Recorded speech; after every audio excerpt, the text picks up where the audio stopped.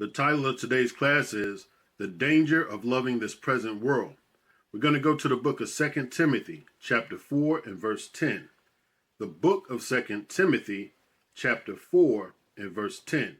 For Demas hath forsaken me, having loved this present world, and is departed unto Thessalonica.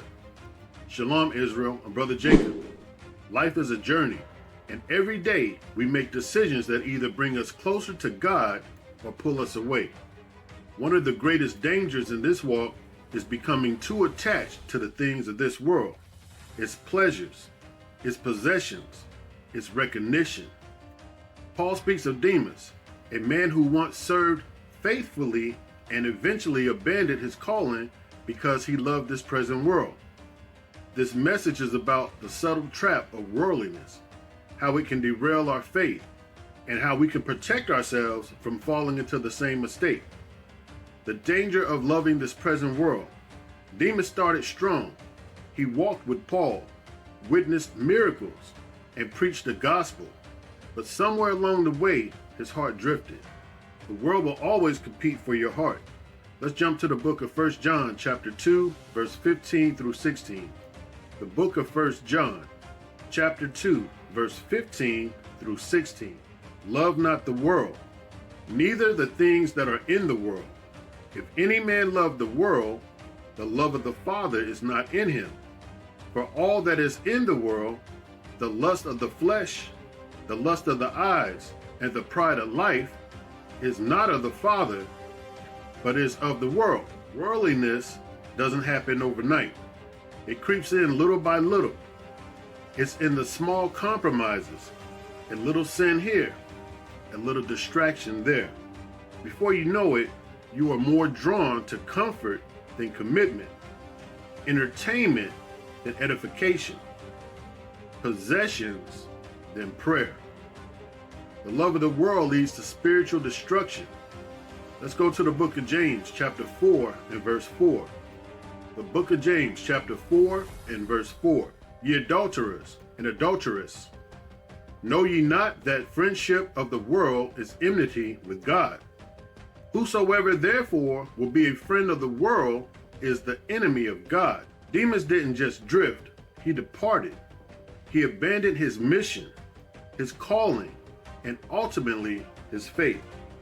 Worldliness may seem harmless at first, but it leads to lukewarm Christianity, compromise, and eventually total abandonment of the faith. So brothers and sisters, how does the world trap you? The world is constantly pulling at you in three ways. The first one is the love of the flesh, temptation to please yourself. Let's jump to the book of Galatians chapter 5 and verse 17.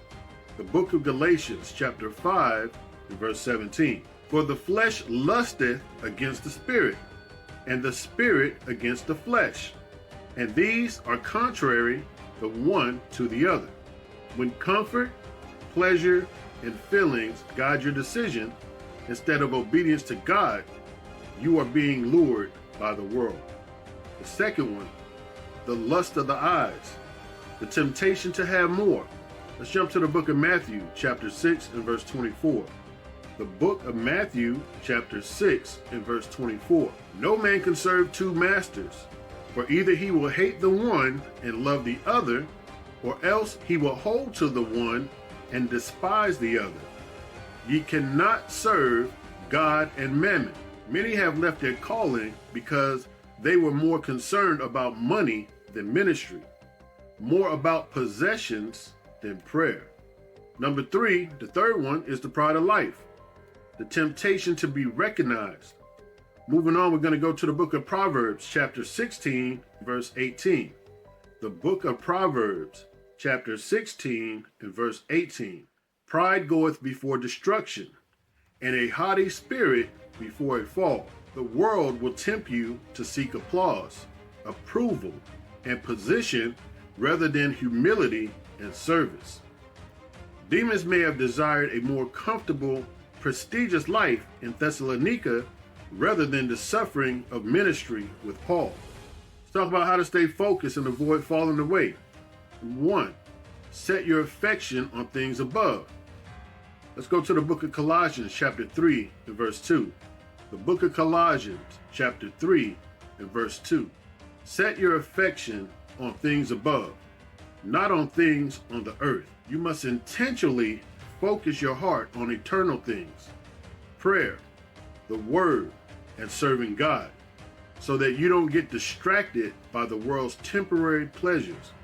Number 2, live as a pilgrim, not a citizen of this world. Let's jump to the book of Hebrews chapter 11 and verse 13. The book of Hebrews chapter 11 and verse 13. These all died in faith, not having received the promises, but having seen them afar off, and were persuaded of them, and embraced them, and confessed that they were strangers and pilgrims on the earth. This world is not our home. When you realize that, you will hold on to earthly things loosely and live for eternity. Number 3, keep fellowship with the right people. Let's go to the book of Proverbs chapter 13 and verse 20. The book of Proverbs chapter 13 and verse 20. He that walketh with wise men shall be wise, but a companion of fools shall be destroyed. Demas left Paul for the world, but Timothy, Luke, and others stayed faithful. Who you surround yourself with will either pull you toward God or away from Him.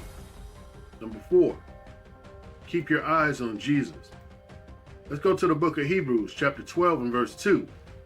The book of Hebrews chapter 12 and verse 2.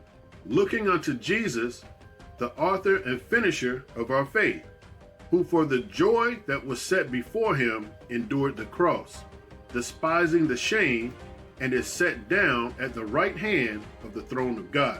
Jesus is our example. He endured the cross, forsaking pleasures of the world for the sake of eternity. If you keep your eyes on Him, the world will lose its grip on you. Make your decision today. Demas had a choice. He could stay with Paul and finish strong, or he could chase the world. Sadly, he chose the latter.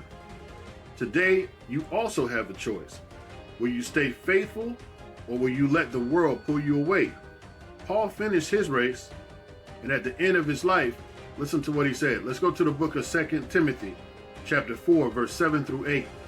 The book of 2 Timothy, chapter 4, verse 7 through 8. I have fought a good fight. I have finished my course. I have kept the faith.